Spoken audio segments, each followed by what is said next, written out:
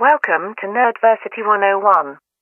Class begins in 3, 2, 1. Hello, welcome back to another episode of Nerdversity 101. I'm your host Aaron, and with me is... Hayden Blackhawk. And... Cat. Hey! We've got a very special episode for you guys tonight. We will be talking to none other than Dr. Samuel Conway, best known to the furry community as Uncle Kage. Woo! This is Uncle Kage, and I am using Skype for the first time. Well, those of you out there, if you're well up on the furry community, you will know who Uncle Kage is. Yep. And if you're not, you won't. Exactly. I suppose what a number of people probably wonder is, how did you get into the furry fandom in the first place? Who, me? Yes, you. Oh, it was a long time ago. I was about your age. It was, as a matter of fact, 1989. And I was attending WorldCon. It was in Boston, Massachusetts back then. And well, they had some fan tables set up for the various fan groups out there. And one of them had a big sign on it that said, Furry Fandom. I said, well, that's an unusual sounding thing. Let's go check that out. So I went up to it, and they had the most amazing artwork and some comic pages and some fantastic stories and things that just absolutely captivated me. And I kind of realized this is what I've always liked. I've always liked the idea of anthropomorphic characters. They'd always appealed to me. I never knew there was a name for it. Well, here was the name. And I said, okay, that must be what this fandom is all about. Okay, I must be one of these furry type people. And that was 1989, and here it is at 99, a long time later, and I'm still here. I was 9 years old back then. Thank you. I was only 4. There's always got to be some dick out there who's going to say, oh, I wasn't even born. Get off. No. I was 9 years old. I was only 4, so there you go. Yeah. If I was working on a PhD. Yeah. So how would you describe the furry fandom as a whole to somebody who has no idea what it is? Very soft and fluffy. Very soft and fluffy. No, that's pretty much it. Very soft and fluffy. Yep. Yeah. How to And describe full of it? puddles. All right, here's the thing. Have you ever seen a Star Trek convention where you've got people who are like walking around saying, yay, I'm a Star Trek fan? Same thing, but fluffier. Yep. These are people who are fans of anthropomorphic animals. Boy, I love that $5 Ivy League word there. Animal characters, cartoon animals. Let's face it, they've been used as entertainment medium for thousands of years. They've been used to tell stories. They've been used to sell a cereal. They're ubiquitous in just about every society. Why is it so surprising that there would be a fandom built up around them? As I've said, at the end of the day, Walt Disney and Warner Brothers have been secretly turning everyone into furry since the 1930s. Pretty much, yeah. Warner Brothers started It was Princess Sally from Sonic the Hedgehog comics for me. But what I'm saying is we all grew up with the Disney characters, we grew up with Bugs Bunny and Looney Tunes and all that. And I just want to point out right now, up until Walt Disney came on the scene, cartoons, they're never meant for kids.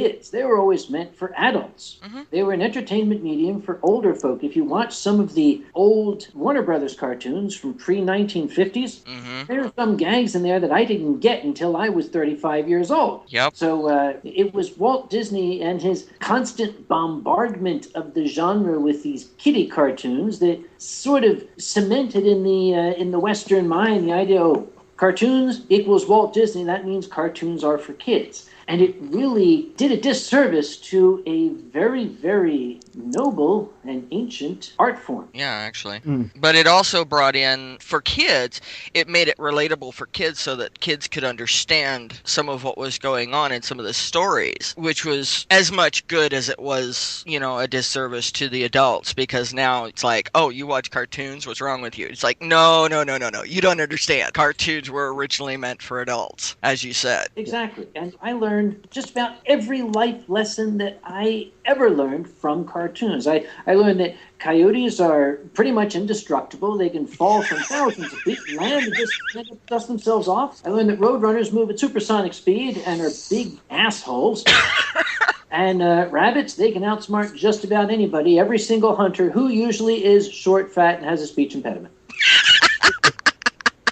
Love it. or short ginger Texans. Yep, short ginger Texans. Yep. Oh, that's true. Short ginger Texans with extremely thick accents, which never really existed anywhere in real life, but sounded cool. Yeah, I know one thing that actually surprised me was that Tasmanian devils actually really do sound like that. Oh, you mean something on the... Yes, they do. Yeah. Oh, I'll be damned. I never knew that. Yeah. One of the things, because I grew up with these cartoons, like pretty much everybody, I got into animal biology and zoology and stuff, and one of the things, I've always liked Australia. And when I first heard a Tassie devil, real life Tasmanian devil, vocalize, I was like, oh my god, they really do sound like that. That's where they got it from. Ted, I will actually say this right now. Australia is life on hard mode because everything, including the country itself, is out to kill you. It's like Pandora. Yeah, pretty much. Everything will kill you. It so happens I'm going to be in Australia in about 2 weeks for Australia's largest furry convention down there, Convergence. They hold it in Melbourne. And fortunately, it is held in the city, so most of the deadly fauna I will not necessarily be exposed to, with the exception, of course, of the drop bears, which you have to watch out for since there's a lot of trees in Melbourne. Yeah. Wow. That's awesome. So, speaking of conventions, how did you get involved with Anthrocon? I missed the meeting.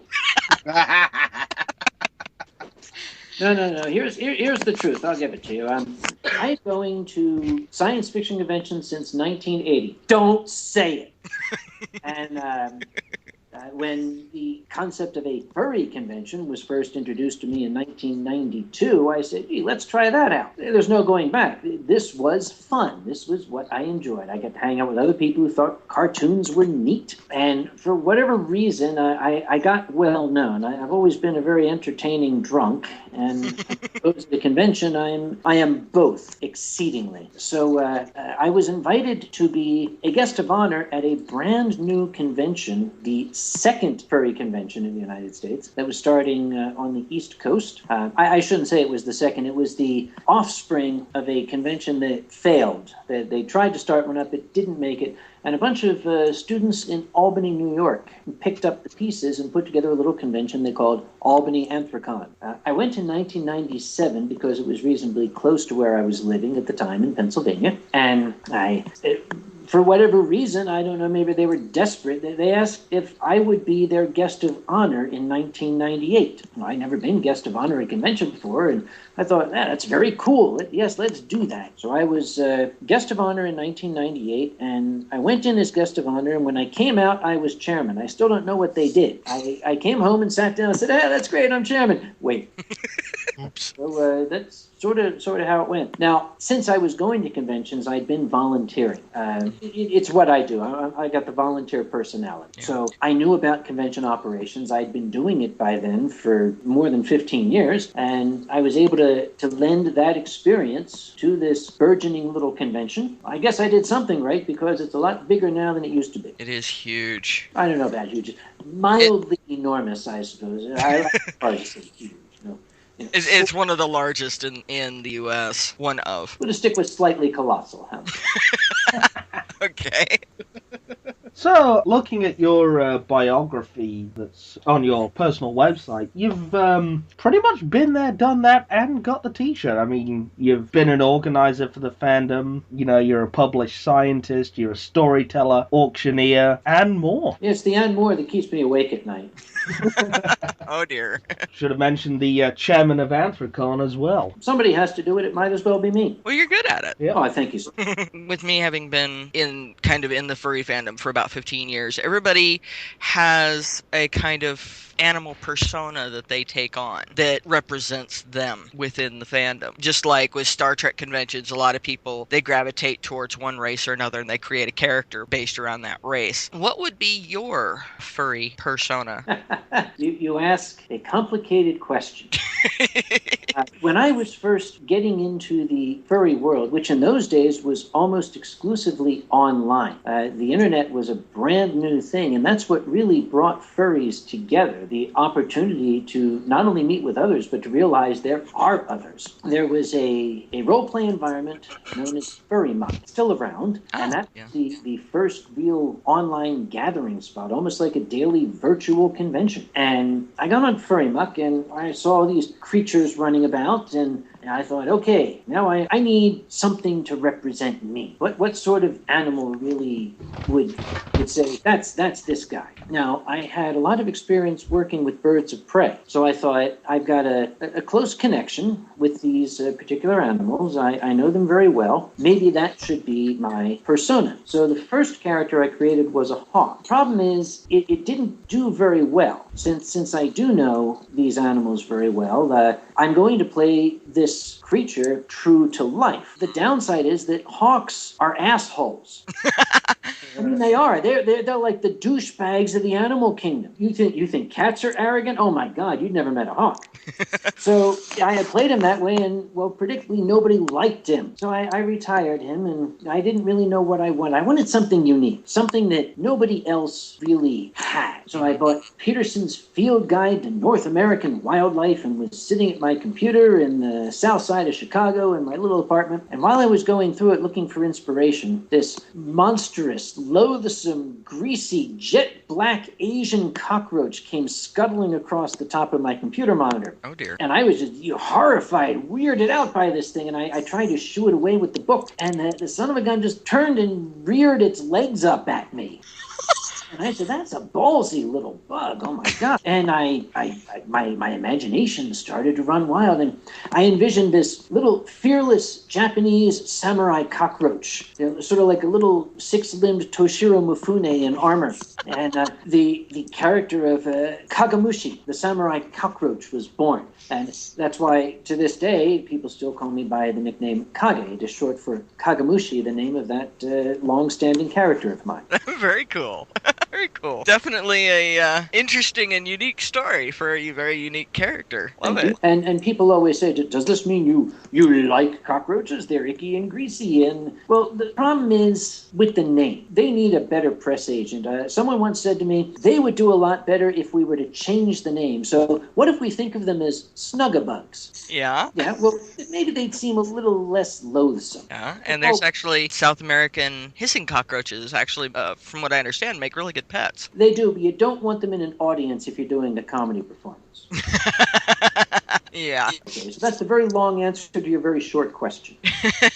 Okay, it works. How did you get into doing comedy? Because I know you do a lot of panels and stuff, and a lot of it is comedy based. Well, I hope not all of it, especially the serious ones, I hope. Well, yeah. Yeah, there is that. As I alluded earlier, I apparently make a particularly entertaining drunk. I was at a furry convention in Southern California many years ago. And, oh boy, is it 20 years now? Something like that. And, yeah, don't say it. Thank you. I was in the lobby, and I was enjoying some imbibements. I got to telling a story to someone, and I've always had a dramatic flair when I speak, even though my voice is annoying and nasal. I was telling this story and waving my arms, which you can't see because this is not a video call, but I was getting into it and telling them how, this dreadful, horrible boss that I had, this Yugoslavian immigrant, a horrible woman. I thought she was actually the ex-director of the Yugoslavian secret police. When the Iron Curtain fell, she came to America in disguise of a chemist and was there to torture me or something like that. And as I was telling this tale, more and more people just started to gather around, and quite a crowd formed. And when I was finished, for some reason, they all applauded. I thought, these people need a new life. What the hell? And so there was an artist next to me, a young artist named Colin Crisanti, and he tugged on my sleeve, and he very playfully said, "Tell us another story, Uncle Kage." And that term, Uncle Kage, stuck. That convention invited me to come back next year and, as they said on the telephone, do that as an event. And I said, do what? Complain about my job? And they said, yeah. I said, I can do that, but you got to provide the booze. So they did. That's awesome. Basically, that's what I do. I would not go so far as to say that I'm a stage comic. I'm simply an old guy that drinks too much and talks too much. I get up on stage and I drink wine, and I keep doing that until I throw up in my shoes and fall down, and then that's the end of the act. But they invite me all over the world to do it, so I must be very good at falling down. That's how I started going to Australia, as a matter of fact. About 5 years ago, I got a call from Pete Smith, who was the chairman of the precursor to Convergence. And he called me up and said, "Yeah, we'd like you to come down here." And I said, "Me? What for?" He said, "I want you to get drunk, throw up on the shoes, and fall down." I said, "Oh, okay, I can do that." So I've been doing that ever since. Cool. So, from what I read, you have a friendship with To the Ranting Griffin? I do indeed. He's an excellent fellow, a very good friend of mine, and I absolutely adore performing with him on stage. If anybody is curious, just look them up on YouTube. They're hysterical. Yes. Thank you. We throw up on each other's shoes and fall down. To the Ranting Griffin, who everyone thinks is the leader of the furry mafia. I remember that skit. An article I read included your hatred of Target. It's exaggerated, a playful hatred. I don't really hate Target. Well, I don't like them either. I think it's a ghastly business concept, and the people who go there have a tendency to be rednecks. But I was chairman of Anthrocon when it was in Philadelphia, and we were at a lovely hotel called the Adams Mark Hotel. And one day, I simply got a phone call saying, "Guess what? We're tearing the hotel down. Find another one." And I said, "Sorry, what?" Apparently, Adams Mark Corporation had decided they didn't like that hotel anymore, so they sold it to Target. And they tore it down and built a Target in its place. And I discovered that it's nigh impossible to hold a furry convention in a Target store. So we had to move. So I've sort of had a distaste for Target ever since. Oh, that's understandable. Another article I read referenced something that happened at Megaplex 5. Megaplex 5. I don't remember what I had for breakfast this morning. You're going to have to refresh my memory. You visited To the Ranting Griffin in the dealer's den at Megaplex 5, and you were given a package of sandwich crackers. When you found out they were Target, you destroyed them with repeated karate chops. I don't recall. I must have been paralytic at the time. I think some of the stories that end up on the internet actually do get exaggerated. I do know that one for a fact. Oh, you think? It's just the idea of yourself and To the Ranting Griffin destroying a box of crackers by chopping them and stomping on them. A funny image, but it just sounds utterly ridiculous. Yeah. It did clearly state that it was an uncharacteristic show of rage. Yeah, I think that one was exaggerated. I think it was. Yeah. I mean, I can't imagine I flew off and, "Oh my God, you damnable crackers, die!" That's not really my... It's Tu's style. He would do that self-same thing, but that doesn't sound like me. No. No. In fact, to bring home that particular point, there's a video of Tu with a semi-automatic rifle destroying a chocolate Easter bunny. Tell me that is not every person's secret fantasy. Take a semi-automatic rifle to a chocolate Easter bunny and blow it to smithereens. It's so funny, too. You live the dream. Where did the concept for the unknown furry come from? All right. By about the year 2001, I had developed what I could only describe as celebrity. I don't think of myself as a celebrity. I'm hardly Tom Cruise. I got no tiger blood, and I don't think I have any blood anymore. But every time I would go to a convention, I would immediately have people talking to me and surrounding me, and that's not a problem. I rather enjoy it. I like to talk to people. I'm a very sociable person. But I was going to go to this little convention in the southern United States, and I thought, on a lark, I'll go in disguise.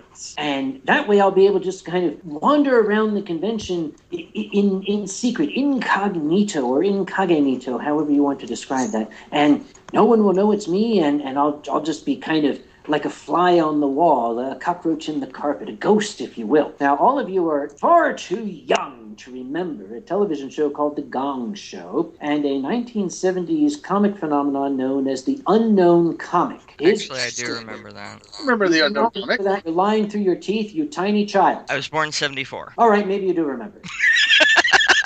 But anyway, the Unknown Comic was, that was his thing. He wore a paper bag on his head. And he was actually very, very good. And there was a lot of speculation, who is the Unknown Comic? So when this convention was coming up, I thought, I have an idea. I'll borrow that shtick. Comics have been doing this for eons. You always borrow somebody else's shtick, but you add your own twist to it. I took a paper bag, and I cut 2 holes in it for eyes, and I took a thin piece of cardboard, rolled it into a cone, and stapled it onto the front to fashion a muzzle. Thrust some pipe cleaners through the tip of the cone for whiskers, cut out 2 leaf shapes of brown bag material, and stapled them to the top for ears. Bought a length of rope, basically a dog toy, a rope with 2 knotted ends, and pushed it up under my belt as a makeshift tail. Wore sunglasses underneath, so all you saw was large, dark eyes, and that was the Unknown Furry. And again, my concept was to slump around the convention completely invisible.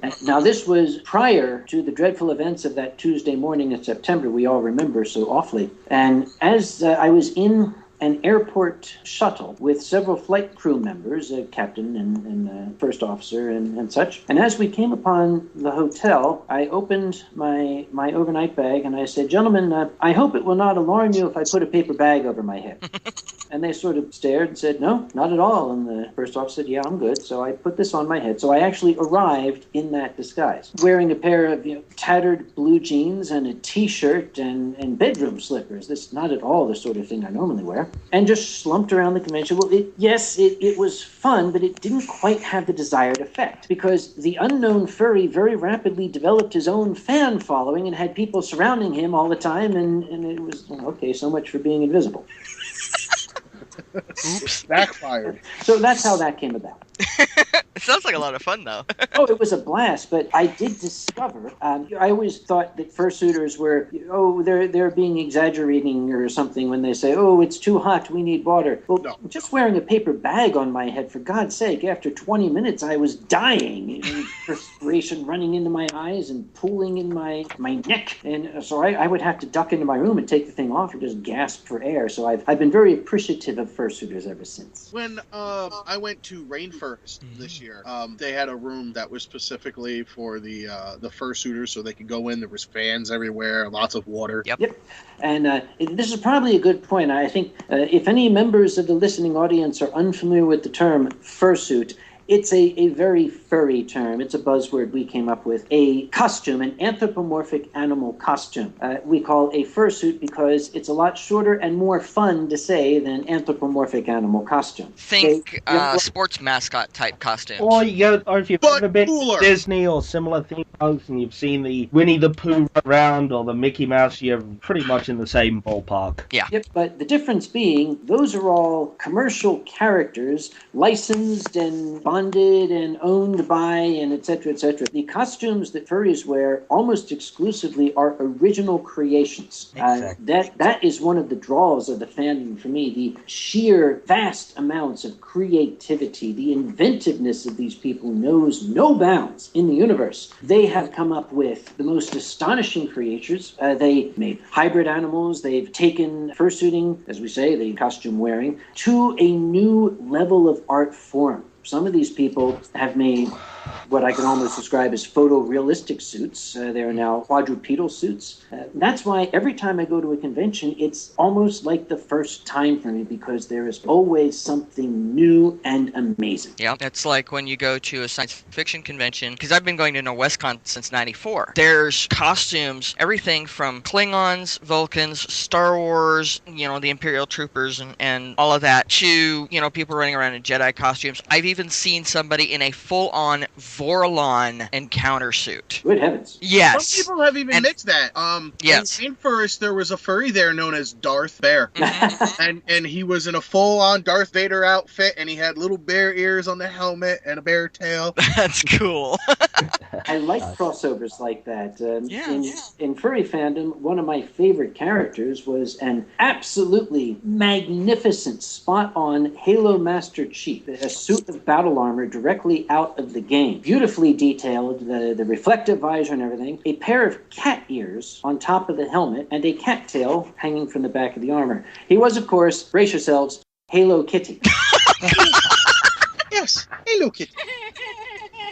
I know of Halo Kitty. I did want to ask you, in your 25 years as being part of the fandom, how do you feel that the fandom has changed in that time? Well, it's gotten bigger. Yeah. It has matured very, very distinctly. The early furry conventions were rather chaotic affairs. People seem to have the opinion that, we're here to express ourselves and let our hair down and act as outlandishly as we can. Well, you can go overboard with something. It is still fun to go to a convention and just be silly, but the outlandish is now frowned upon. So there has been a tremendous maturing of the convention scene, I should say. We have seen fursuits really come into their own. Prior to about 2002, you rarely saw them. There were 2 or 3, maybe 4, and there was only one fursuit maker. That was Lance Ikagawa. He was the man who made fursuits. And then more and more, some others started to appear. The early ones were rough, shall we say. Good first attempts, but they very, very quickly honed their skills. The photo of the Anthrocon 2003 fursuit parade, if I remember, had something about 30 people in this parade, 30 costumers at the entire convention. By 2006, there were 400. By 2014, there were 1,600. So the number of fursuiters has certainly gone up, and it has contributed to the popular public perception that furry fandom is all about wearing a costume. Furry fandom is fursuiting. One is not necessarily the other. At a convention of almost 6,000 people, you might see 1,600 fursuits wandering about the street and never realize that every single other person you see is also a furry. They just don't happen to be a costume. Yeah, that's like going to a regular sci-fi convention or a Star Trek convention. Not everybody is going to be in costume. Mm-hmm. It especially is fun. Now, To the Ranting Griffin has raised this to an art form, but when someone such as himself or someone such as myself is around when furries are there, for some reason, startled onlookers tend to gravitate to us. And it's fun sometimes to hear what they say, what are these weirdos doing here? And it's fun to say something effective. Well, I happen to be one of these weirdos, madam. That's right, I'm one of them. Tu tells a wonderful story that he was a dealer at a convention because he sells his comedy materials at the dealer's room at the conventions. And he had a badge on that said dealer. And he was starting to feel what we call con crud. So he'd gotten some contact or some antihistamine or something. He kind of stuck it in his pocket for an emergency. My nose is flowing like mad. I need to take care of this. And he got into the elevator with 3 or 4 fursuiters and a very terrified lady. Oh, no. Who pressed herself into the back corner, shying away from these huge, fluffy creatures. And Tu was there, and he looked, of course, very normal as it could get. And the lady, wide-eyed and frantic as she was, she glanced over and she saw his badge, and she said, "You're a dealer?" And he said, "Yes, ma'am, I am." And she kind of shivered and said, "Does that mean you're a drug dealer?" Oh, God. And Tu, being Tu, thrust his hand into his pocket, pulled out the pills, and said, "They make the animals go away." Oh, God. That's why I love the man. Tu is awesome. Tu, the Ranting Griffin, is just awesome. Oh, God, that's hysterical. There are moments where you look at him and go, you know you're going to hell, right?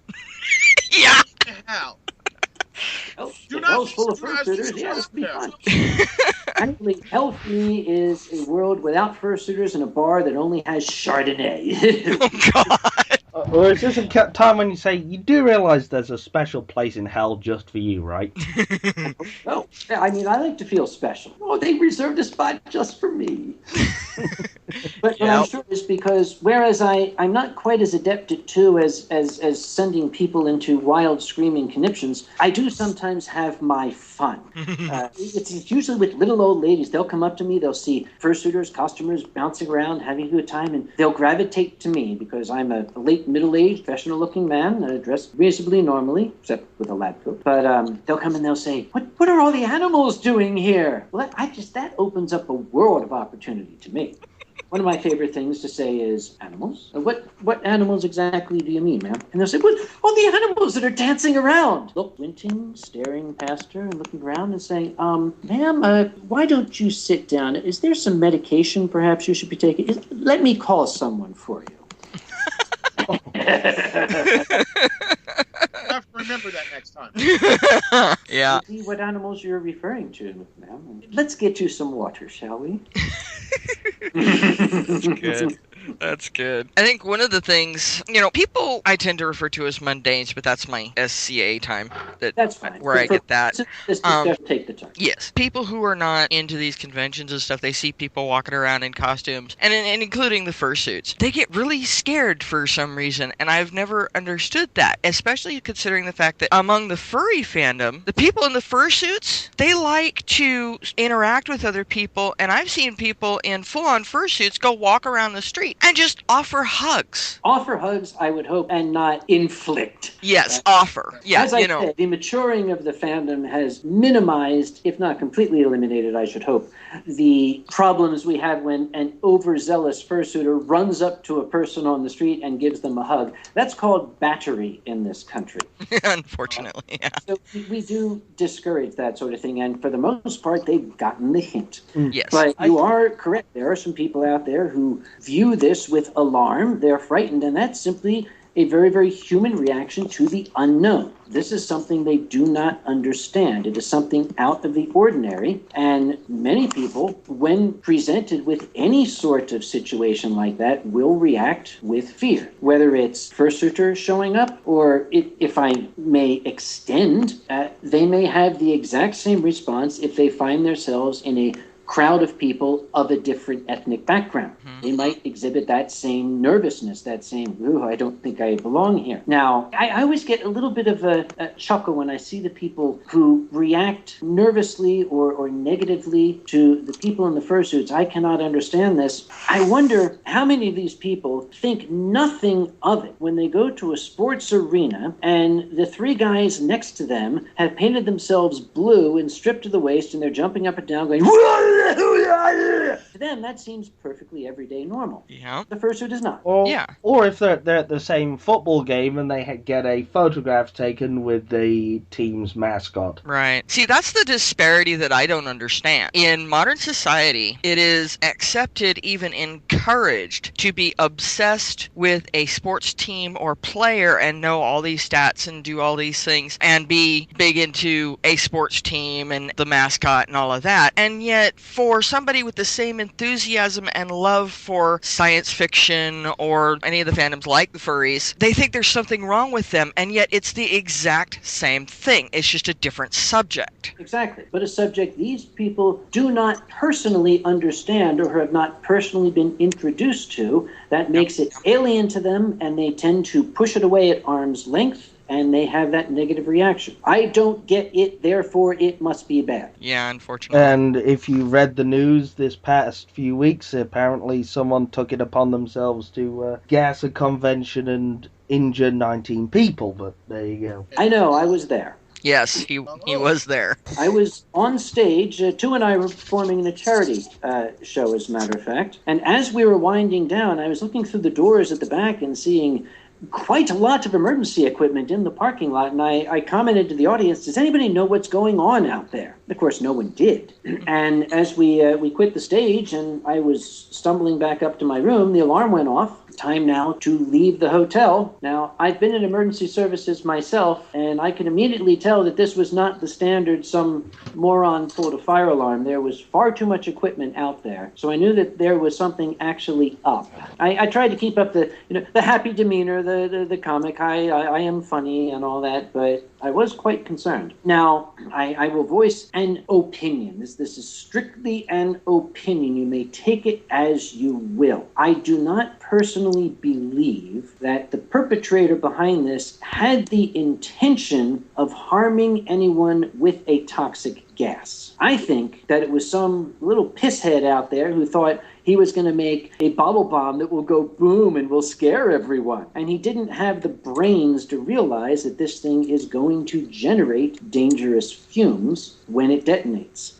That's my guess. Well, I read the police reports and all the media that came out afterwards. There was no sign of any explosion or anything like that. They're saying someone intentionally gassed the convention hall. It may have been intentional. The other possibility is that somebody had this container and they, for whatever reason, dropped it or set it down and then forgot about it. Well, I have no idea. If it was intentional, I looked at it as a very cruel joke. Yes. Someone meant to go poke fun at it. It may not have been first, may have been the convention, and they were like, "Oh, I'm gonna do something stupid." I'm gonna say that's. I'm sorry, Hayden, but that's one extreme prank. I'm gonna mustard gas a furry convention. No, it was not mustard, sir. It was chlorine. It was chlorine. Chlorine. Yeah. And I'm a chemist, so I know these things. Yeah. So people have done worse for pranks. Yes. I was gonna say, very dumb people out there. That must have been a mistake in the several news articles I read then, because they were all claiming it was mustard gas. No. It was no mustard gas. It was chlorine and chlorine byproducts. Again, if someone had intended to poison people, they would not have done it in such a laughably inept fashion. It would have been a lot worse. Which is why I'm thinking it's more likely a random prank or something that happened by mistake. I think it was a prank that got out of control. Yeah. I'm not minimizing the fact that it was a criminal act. There must be consequences, and when they catch this person, I'd like to see him fry. But I do not believe there was that level of malice. If this was intended to be a terroristic act, it's somewhere on the level of the underwear bomber. Yeah. But my other major problem with it is how some of the media outlets were laughing about this. Yeah. I was watching clips and you could actually see news reporters laughing about it. And I was thinking, at the end of the day, if you take away the fursuits and the fandom and all that, you have 19 people who are currently in hospital who've effectively been gassed by chlorine. Yes. And this is not a laughing matter. They're recovering in a hospital. Now, these people have girlfriends, husbands, kids, and you're laughing about it?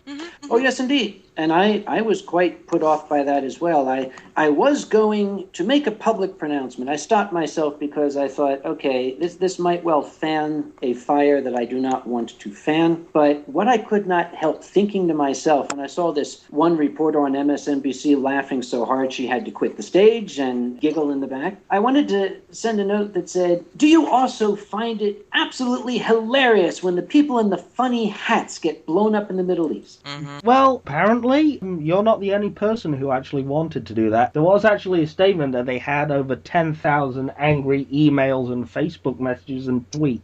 One of them was from me. From fans. And I'm a chimeric liger from New York, so. Yeah. And this was from all over the world at, their shocking behavior. The thing is, it wasn't just the furry fandom. It was fandoms in general, because at the end of the day, whatever happened has happened. We can't change that. But laughing about a fandom being injured at a convention, this is when we all throw away our hatred of each other, and we all stand together and go, no, that's not right. Yes, because it's the worst form of bullying, really. You got hurt. And if this had happened, say, in a church, people would not be laughing. Yeah. No, they wouldn't. And it's absolutely no different. Well, okay, what if it happened in one of these strange-o churches where they throw snakes at each other? Would this lady be laughing about that? Probably not. I don't know. know. I don't know what kind of person she is. I can guess. But Her actions speak louder than any words she's put out. But because it's one of those air quotes weirdo fan thingies that she doesn't understand anything about, she's going to point and laugh. Which makes it somehow less important. It makes these people less valuable in her eyes. Yes, you know, which is wrong. And I stood there and I said, no, that's wrong. This is 19 people who were injured. Thinking, feeling human beings. In fact, I believe the Huffington Post, the Huffington Post did a follow-up to it where they set the record straight about furries. Which I was pleased with. Yes. Yes, I do. I have it right here. I've read, I'm like halfway through it.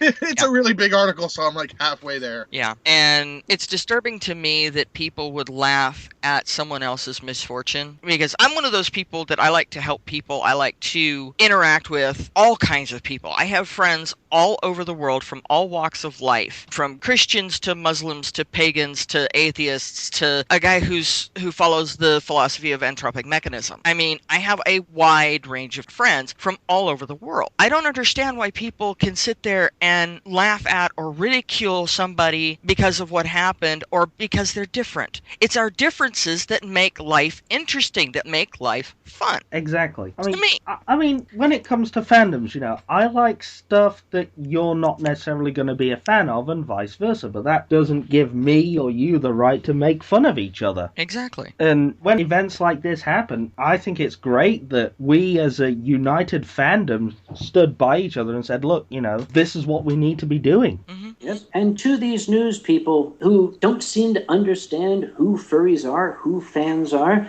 there is a quote from a movie called Fight Club that I think applies in this and can be directed to these news people. We cook your meals, we haul your trash, we connect your calls, we drive your ambulances, we guard you while you sleep. Do not fuck with us.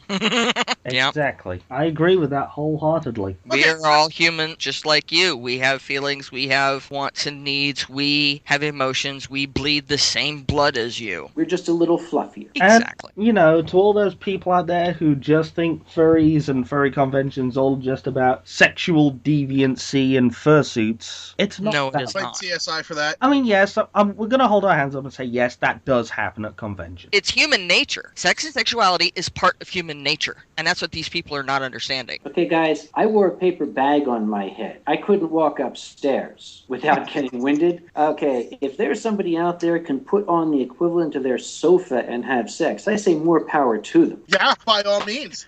Well, I hear that. it happens at conventions. The way I look at it, Grissom from CSI actually said it right. Sex and sexuality is not the aberration. The only aberration in that is abstinence. Everything else is merely preference and opportunity. Exactly. You know, And I agree with that. but the thing is, the same sort of deviancy happens at every single convention. Even Shriners have weird things that they do. Look, you know, do you mean to tell me that Anthrocon is the only convention in the world that has sex? You mean this doesn't No. happen at the likes of Star Trek conventions or Doctor Who conventions? Well, go ahead, look at those stamp collectors. Who knows what they're licking in their room? Exactly. I was a kid where I didn't need to be put in my head, but there now. Yeah, it's human sexuality is a normal thing. Hello, we are animals of a species that, you know, all the creatures on this planet need to use sex and sexuality to reproduce. It also happens to be a lot of fun for us. Well, So if I don't. dolphins wouldn't do it. Exactly. Well, apparently dolphins and great apes also learn this fact. Mm-hmm. And they're not the only ones. There are a lot of animals out there who actually do have sex for the pleasure of it. Yeah, well, All right, I shall say simply this. I was contacted by a radio shock jock at one who got me at dinner. How he got my private cell phone number, I will never know. But had me on the air and was trying to back me against a wall and was saying, your convention's all about people having sex in those costumes, isn't? And I tried to explain that that's not the purpose of the convention. It's a side effect, if anything, but that's not why we are here, and he wouldn't have it. It's all about sex. Tell me it's all about sex. You guys are having sex there. And I finally got very annoyed because my mashed potatoes were getting cold, and I said to him, all right, you caught me. I confess. Furries are the only people on Earth who have sex, and you're just jealous. Yeah. Let's move on now. You kids are sex obsessed. Let's talk about something else. Okay, who are some of your favorite furry artists? Oh boy, that's a difficult question on many levels. One, there are so many out there who are really very, very good, and I'm always afraid that if I start listing names and I omit someone, then I'll get hate mail. But among my favorite furry artists, I absolutely love Dark Natasha. Her artwork is fantastic, and I was absolutely flabbergasted because I had heard the name of Dark Natasha, and I had seen her artwork. She drew Anubis in all his glory. Dark Natasha. I expected this goth chick with the black fingernails and piercings through her eyeballs or something like that, and this extremely elegant lady in with long blonde tresses and a beautiful Russian dress happened to come by, and she introduced herself as Dark Natasha, and I said, no. Really? So where's your suit? Where's your goth suit? Where are the big boots? Where's the leather? And she looked at me like I absolutely had gone off the deep end, and I just sort of quietly walked away. But there's Dark Natasha, Rog Minotaur, whose art is hanging right here next to me. I can look around my own room right now, as a matter of fact. The late Mark Rogers, who created the Samurai Cat series, and like that here. Heavens, the list goes on and on and on. There are artists in our fandom who just can come up with the most astonishing things. Heather Bruton from Canada. I absolutely adore her work. Dear me. Sarah Palmer, Caribou, although she's been married, I don't think she's Sarah Palmer anymore. You kids and your name changing. Again, there are dozens of them out there. I could get out at Amplicon's dealer's room directory and just go through and start naming them off, but that would involve getting out of my chair, and I'm old. Yeah, like I was saying earlier, there are a lot of people, fandoms in general, science fiction, fantasy, including furry, which is sort of a subset of that. There are a lot of, and I mean a lot of really extremely creative and artistic people. It may not be drawing, but maybe they do costumes, or maybe they make props, or, something else that they do. But they're extremely creative people all across the board. If you look at the way fursuits have evolved, we now have fursuits with cameras inside, with cooling systems, with LEDs in their eyes and in their mouths, and with fiber optic fur. It's just really astonishing what they've come up with. Yeah. What I find interesting is the general public who doesn't know, they've got this idea in their head of the worst negative stereotype, and yet a lot of these people, like yourself, you're a scientist, there's engineers and mechanics, there's even among the science fiction fans, astronauts. I mean, there are highly respected people within these fandoms. Mm-hmm. Highly respected. And it annoys me that the only thing people seem to think about are these dreadful negative aspects, which show up in every fandom, and why it's the focus of furry fandom, I really don't know. I have had people that I know, colleagues, learn about these things, and they come up to me looking all nervous and suspicious. They say, "Is that what you do?" And my answer to them is very, very simple. I look them in the eye and say, "We've known each other for years. Is that really your opinion of me?" Mm-hmm. Yep. That tends to shut them up. Yeah, and it's people who are professionals in science fiction, fantasy, actors and stuff. They have actually stated that, the general public and network execs and stuff do not understand it. They don't get it, and they haven't. They never have. And a lot of them are worried that they never will. But then things are changing. So maybe they don't have to, because then we can turn around and go, well, you don't get it, so we're going to do our own thing our own way. And the people who are into this, we will show you what it can become. And then they're going to be left in the dust by the rest of us. You want to see what it can become? Look up a movie. It's on YouTube called Bitter Lake. What happens when a bunch of kids who happen to own fursuits and some rented camera equipment get together in a little chateau in France for a week? It's not a Hollywood blockbuster, but damn, they did an outstanding job. Yep, exactly. And like you were saying, some of these fursuits are photorealistic. Mm-hmm. Well, I mean, I was at a convention last month in the UK, and there were some fursuiters there, and I was blown away by just the sheer amount of creativity they'd done with them, because they had wagging wagging tails, blinking eyes. Mm-hmm. And the mouth actually, rather than just flap open like a Muppet, it actually had full-on animatronic controls. Mm-hmm. Waldo setup. And it was incredible that, it rather than just having a mouth that flaps open and closed, it was actually looked as if it was forming words. Mm-hmm. It's called a Waldo control system, which was actually Heinlein wrote a book that was about that. My father was really big into Heinlein. I mean, it looks they look and like that. I'm sorry, Kat, to interrupt, but they look like something that came out of either Stan Winston or Jim Henson. Yeah, exactly. And that Waldo setup, it's basically a series of remote control servos that connect to the face, and when you move your face, it sends radio signals to move corresponding servos within the muzzle or what you're doing. The animatronics section of the movie industry had started using that in, I think it was the 1970s. Yeah, but this is what I'm getting at. The fandom is now getting their hands on Hollywood level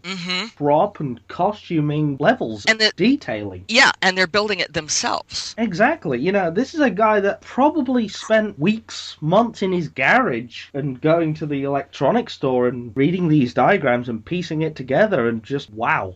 Even if you're not a fan of the furry fandom, you just have to take a step back, admire the hard work put into it, and just give them a round of applause. The artistry. Yeah, because I'm gonna throw my hands up here.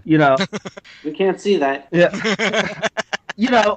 Going to the store and buying one of those. Now throwing his hands up. Put that out there, going to the store and buying a glue-together model kit is just about enough for me. Yeah. I'm no expert in Hollywood-level costuming and piecing together something that Jim Henson would be proud of, or Stan Winston. That's, totally out of my league. Or Weta. Yeah, exactly. Weta level, some of these. Yeah, it's amazing. These are fans. These are people, they do this as a hobby. They build these themselves. Yep. And just kind of, for those who might be listening that don't really understand just how incredible this is, think about the Chronicles of Narnia movie and the Weta costumes and fully articulated minotaurs. Even go back to the Middle-earth series of movies, The Lord of the Rings, right. The Hobbit. Or go back into the 80s with The Neverending Story. Falcor, Morla, and the Wolf. Or even in the 90s, the Teenage Mutant Ninja Turtles movies. Mm-hmm. It's on that level that some of these costumes end up being, and it's like, holy crap. Yeah, this is the stuff that we, at one point, were only seeing on the level of theme parks and movies that people are actually making in their own homes. Or people are actually making it and selling it on. I mean, that'd be my way of doing it, because I don't have the skill. Yeah. I'm still working on getting my ears and tail. That's it. That's all I need. As far as I'm going right now. Just get my ears and my tail. I might get my horns attached to my ears, too. But you can buy ear sets that twitch and rotate as if they were real. Yeah. Respond to sound, yeah. And head it's movements. Amazing. And it's amazing. It really is. I think that's the thing that should be emphasized about any fandom, is the level of creativity and skill involved in what they do. The costumes and props and the things that they make. Yeah. I think that should be the top emphasis for any fandom, including the furries. And here's where I put in a bit of a plug. I do not mean at all to put down any of the other fandoms out there, but furry fandom is unique. It stands apart from the rest. Our fandom is not handed to us by a studio. We are not making these creations to match what we saw on the screen or what we saw in the book or what we saw printed on paper. Mm-hmm. We are making these creations only to match what is inside our own boundless imaginations. We create our own fandom. We are producers. We are not consumers. And no other fandom is like that. Exactly. All of these fursuits, all these characters come from the individual and their imagination and what they come up with. It can be, a polar bear, a tiger, a lion, a cockroach, or it could be something unique, a particular style of dragon or a particular blend of creatures. Not that I'm meaning it this way, but a chimeric liger. Exactly. This comes from individuals individual imagination. Yep. We create our characters, we create the fandom. I mean, yes, you will see people at these conventions do well-known, popular characters in fursuit form, but yeah. One of the things that I had said with regards to the furry fandom is you can literally take anything in human culture, stick an anthropomorphic animal into it, and we can still relate to it. We can relate to an anthropomorphic fox in a spacesuit climbing out of the lunar lander. We can relate to a donkey and an elephant arguing about politics on TV. Oh wait, we do that anyway. Anthropomorphic liver fluke. I don't know if that would really fly. Well, mankind has been doing it since time immemorial. Look at mythologies around the world, polytheistic mythologies, ancient Egyptian, Greek and Roman, even Nordic, Celtic, American Indian. Well, look, Kat, I'm going to say this. Have we evolved any further past the Egyptians? I mean, look at us right now. We're writing on walls and worshipping cats. Yes, Facebook jokes. Woo! In a funny sort of way, yes, this is true. Well, I would also like to point out one of my favorite examples, the oldest known piece of human artwork. Apparently, it's somewhere between 35,000 and 40,000 years old, is a depiction of a human being with the head of a lion. Food for thought, that. It's a newfangled phenomenon. Yeah, it's been part of our culture as human beings for nearly 40,000 years. They even hint at it in Pokemon. History is... People say, oh, well, it's in the past, it doesn't matter. Actually, yes, it does matter. Our history is what built our society as what it is. We ignore that. We ignore who we are now and who we could become. If you look at humanoid furry characters we've seen over the past 20 years that were really popular, you know, look back further in history, they've always been there. Look at American Indian culture. Coyote Trickster, the grandmother spider who taught humans the written language, the eagle who guides. That's just one of many. Yeah, all I'm going to say is 30,000 years ago, man was drawing Thundercats on the wall. Anyway, so just to move on pretty quickly, so what can you tell us about Uncle Kage's Story Hour? Well, I've already mentioned that. Basically, I get up on stage, they give me a bottle of wine, I drink it, I make noises with my face, and I continue doing that until I throw up on my shoes and fall down. Brilliant. They apparently do like that. Again, they've flown me all over the globe. I've performed all over the United States, in Canada, in Great Britain, in the Czech Republic, in Germany, in Australia, in France. I don't get it. I don't understand it. They call me up and say, come over here and drink. I say, that's great. I'm all for it. Great. It's a lot of fun, though. Okay, I think it's safe to say, have you got any words you'd like to say to your many fans out there? Or people in general? The fandom in general? Let's see. Oh, there's some really, really fun words out there. Malevolence. I just like the sound of that word, malevolence. Semprini. That's a good one on there. Spot. I don't know what it is about spot. It's just right there. Oh, what are some other words I enjoy? Or did you mean something a little more furry oriented? Well, just in general, what would you like to say to your fans in the furry community and people not in the furry community? Well, I wouldn't say it's the same thing. People outside the furry community, for God's sake, grow up. It ain't what you've been told. Come by one of our conventions, see what we're about. Experience it for yourself. Don't be a moron. To the furries in the community, I'll include that don't be a moron. And I'll tell them this too. There is an entire universe, a wealth of things to be proud of in this fandom. We have a remarkable community. We have a diverse group of people who have found this common ground, who no longer see differences of race, of physical appearance, of religion, of social background. We have found a détente, a way to bring human beings together under a common and particularly fluffy umbrella. This is something that we should cherish. This is something we should celebrate. I am extremely proud to be a member of this community, and you should as well. If you are trying to describe furry fandom to someone and you have trouble, you feel awkward, you are stumbling on your words, if you are ashamed to be a furry, you're here for the wrong reasons. Get out. Mm-hmm. Ooh, well, there you go. I would agree with that. Loving something and being into something, you should not be ashamed of it, because there's nothing wrong with it. It's no different than sports fans or any other type of fan out there. There's nothing to be ashamed of. Exactly. You are part of something truly remarkable, something that is worth defending, which is why I do it. Right. Exactly. That's brilliant. It's been a pleasure talking to you. It's been fantastic. Why, thank you very much. I'm very proud of myself. I actually did this sober. Well, on that note, I think it's safe to say thank you very much for listening, everyone, and good night. Night. Night.